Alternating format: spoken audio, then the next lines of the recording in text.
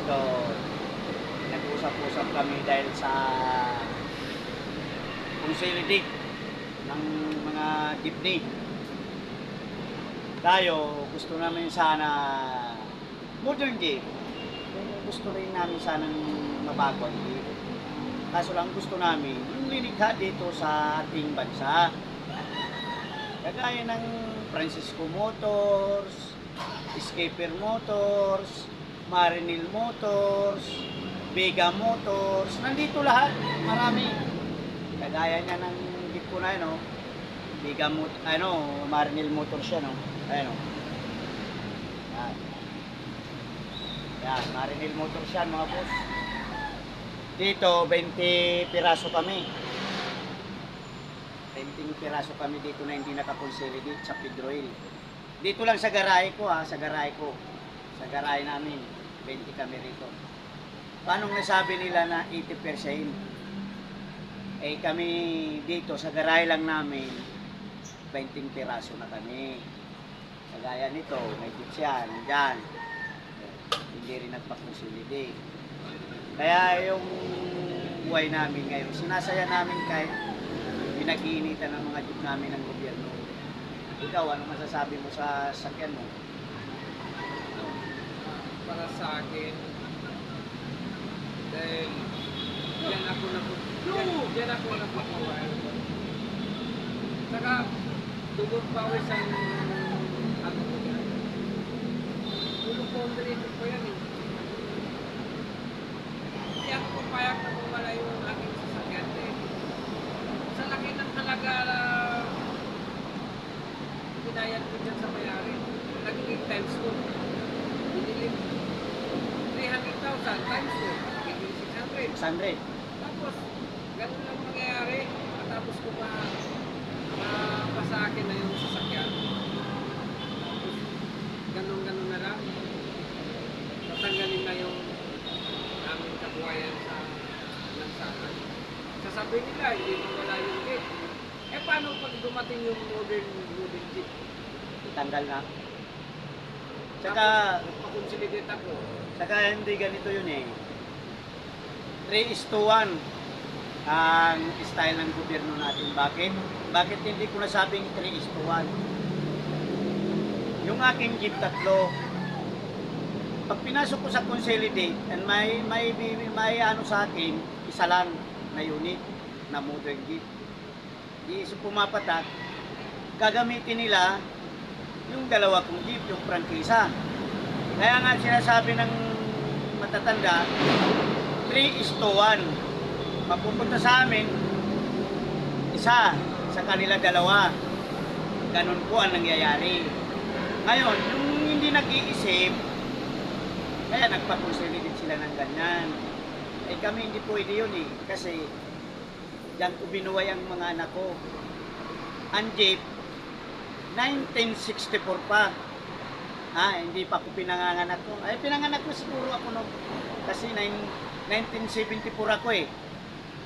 Wala pa, hindi pa. Kasi 1964, di ba? Hindi pa, Inabot ko yung 1974. tatay ni Bibi. Ako, sa totoo, ang inabot ko na bigas, salok. Salok. Yung bigas, salok, size. 6 pesos. Salok yun salok. Hindi kilos, salok. Isang gatang. Oh. Sino ang nagpatupad nun? Si Marcos. Kaya nga tiwala kami dito sa anak niya. Kay BBM kasi Marcos yan anak yan Baka sana napatupad. Ay hindi. Ang binabaw niya, yung nagluklok sa pagka-presidente sa kanya. Bakit naman ganun? Dapat hindi ganun. Ang dapat tinano niya, yung taong bayan, kagaya niyan, yan na si LT Parby, si Ortiga, pamilya niya ni Ortiga, pamilya ni Guadis, iyan ba nagputo sa kanya? Iyan na lang ang halimbawa, iyan ba nagputo sa kanya? Dahil alam namin na ang mayayaman galit sa kanya. Ang tanong, yan lang ang tanong namin, iyan ba pamilya niya nagputo sa kanya? Yan lang ang masasabi ko sa ngayon. Kahit masama rin sa amin, Ako wala, ngayon lang. Oh.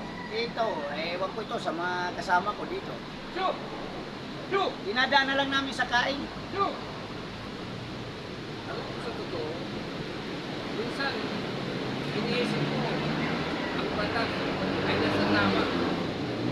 Minsan pala, binabalong ko. No, bakit sila ang bago? Sila ang decision. Hindi naman sila ang mamabatas. Ang Kongreso at Senado, yun sila dapat ang desisyon, hindi ang LTFRB. Wala silang kapangyarihan na kami ay tanggalan ng kabuhayan. Dahil nakalagay sa batas, voluntary way together. Walang sapilitan. Bakit ganun? Pinipilit kaming magpa-consolidate. Sino ngayon ang mali? Kami o sila? Siyempre sila. Pero ba, Kami kahit hindi kami profesional, nakakaintindi kami kung paano. Maliwanag nakalagay sa institusyon. Walang karapatan ng LTFRB na kami tanggalan ng kabuhayan. Kung hindi kami magpakonsolidate, hindi kami pwedeng tanggalan ng karapatan. tanggalan ng prangkisa. Dahil walang nakalagay sa batas.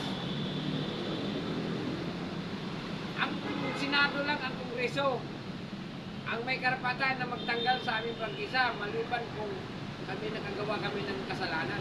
Wala kami ng kasalanan eh. Anong kasalanan namin? Dahil lang sa consideration? Bakit? Nakapatay ba kami ng pasahero? Nakasagasa ba kami? Nakabangga ba kami? Involved accident pa kami? Wala kaming kasalanan. Nagbabayad kami ng tamang buwis. Parangal lang po ang aming anak buhay. Hindi kami namimirwisyo ng tao. Ang aming ginagawa, serbisyo sa publiko. Araw-araw, hatid sundo. Yan ang ambisyon namin. Pagtala dyan yung mga magnanakaw, hindi nila mauli-huli. Bakit ayaw nilang imbestigahan ng LTFRB? Isipin mo, binigyan na ng pundo, naglabas ang kuha ng 345 million para sa road rationalization. Naglabas pa uli ng 45 million. Nasaan napunta? Anong ginawa ng LTFRB? Pumunta sila sa Boracay. Noon na ninustay ang kaban ng bayan. Oh, sino ngayon ang may kasalanan? Paano magpabilis yung programa nila? Sila mismo naglusaw. Kami hindi kami tutol sa mobilization. Ang tinututulan namin, consolidation at yung made in China. Dahil ginagago na nga tayo, lumalabas, mga tanga-tanga tayo mga Pilipino. So yan, kita mo, binangga ng binangga. Tapos, dahil tayo, mabait, mapagpasensya. Tapos, tinatangkilik pa natin yung gawang China. Hindi lang ang mga sasakyan, mali, electronic, auto supply, halos lahat na ngayon, puro na gawang China. O paano yan?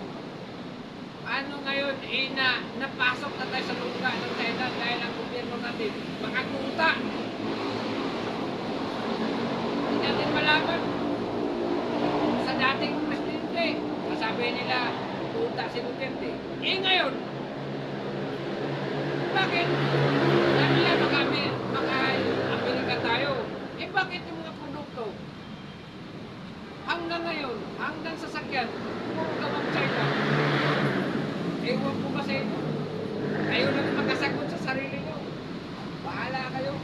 kaya yan ang sinasabi nga ng kasama ko na wala pa yung iba rito kasi lumabas sila kunyari. Alam mo sa totoo lang, ang dinaday namin, itama muna yung route na tinatawag nila para walang problema. Eh kami, susunod naman kami.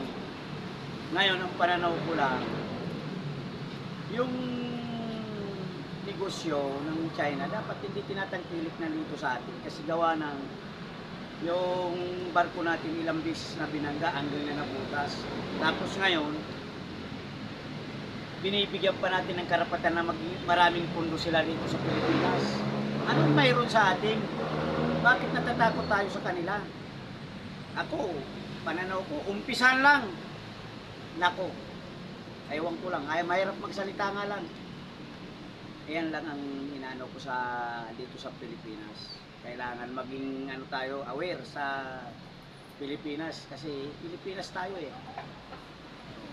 Yan lang ang gusto ko paabot sa mga nakakaalam sa mambabatas. Yan lang ang gusto ko.